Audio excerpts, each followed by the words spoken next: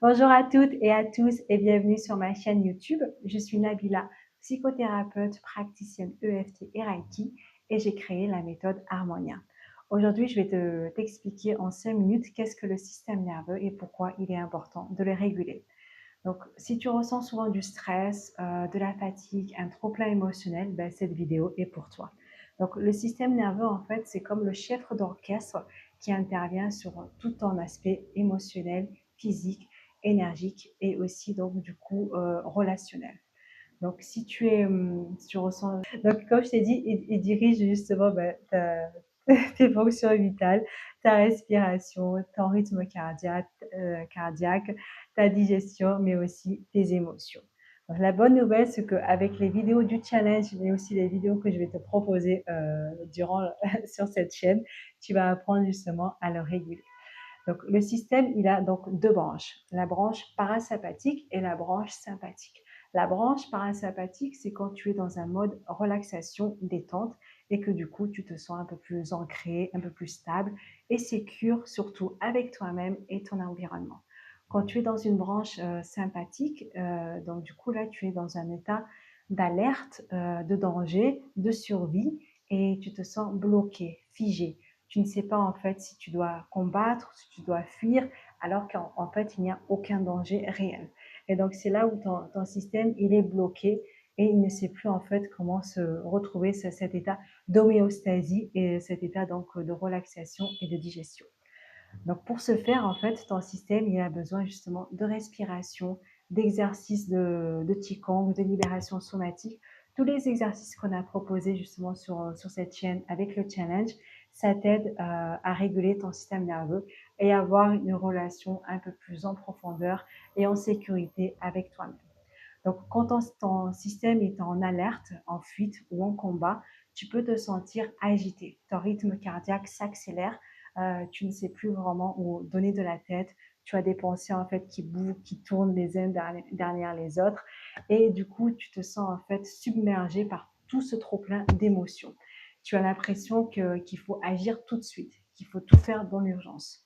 Et là, en fait, c'est ton système qui est bloqué justement dans cet état de fight or flight. Quand ton système est figé, c'est-à-dire que quand il est en mode freeze, ben là, dans ce cas-là, tu es déprimé, tu ressens de la stagnation, de la fatigue, du burn-out, tu n'as plus goût à rien. Tout ce que tu aimais auparavant, ben, tu n'as plus justement cette passion de les faire de nouveau. Et donc, du coup, tu n'as plus aussi l'appétence, je dirais, pour les joies de la vie, tout simplement.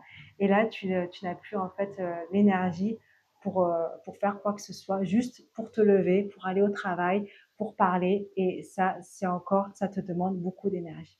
Par contre, quand ton système est détendu, que tu es dans un mode de rest and digest, donc du coup calme et serein, là, tu as de l'énergie, tu as de la clarté, tu peux te reposer sans te culpabiliser, tu peux être ouvert aussi aux autres, tu peux engager des conversations avec des inconnus sans pour autant craindre qu'ils puissent t'attaquer ou avoir justement cette insécurité avec les autres.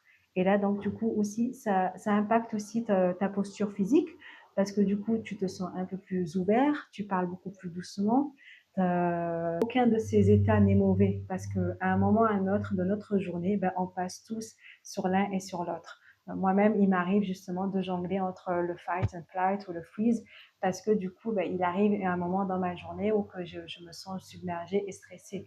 Mais le but, c'est de ne pas rester bloqué durant sur cet état-là. C'est d'apprendre d'avoir les capacités à ton système nerveux, mais aussi à ton corps, de se réguler et de revenir à un mode de détente et de relaxation. De lui enseigner que tu es en sécurité ici et maintenant, qu'il n'y a pas de danger imminent. Sauf si effectivement tu te retrouves face à un tigre ou à un serpent, ou que là, oui, ça c'est un vrai danger réel. Mais ton système, lui, en fait, il n'arrive pas à faire la différence entre ce qui est réel et ce qui est imaginaire. Et donc, du coup, le stress, l'anxiété que tu peux ressentir, ben, c'est juste ton système qui n'arrive pas en fait à intégrer tout ça. Donc le but de ma chaîne et aussi de mon travail, c'est de te permettre justement à donner justement les outils et les ressources pour créer de la capacité intérieure en toi pour réguler ton système nerveux. Voilà, donc j'espère que cette petite introduction t'a plu et du coup, je te retrouve, dimanche pour un exercice de libération du psoas et là, donc du coup, on va apprendre justement comment relâcher plus, en profondeur les tensions. Je te retrouve aussi la semaine prochaine pour, continuer justement cette série de découvertes du système nerveux et là, je vais te parler du principe de la corégulation et j'espère que tu vas pouvoir justement mieux comprendre comment gérer ton système. Voilà, si cette vidéo t'a plu, n'hésite pas à liker, à me laisser un petit commentaire, à t'abonner si ce n'est pas déjà fait et aussi donc du coup à partager avec ceux qui en ont besoin. Voilà, je te souhaite une belle journée, une belle soirée et je te dis à très bientôt. Bisous, ciao ciao.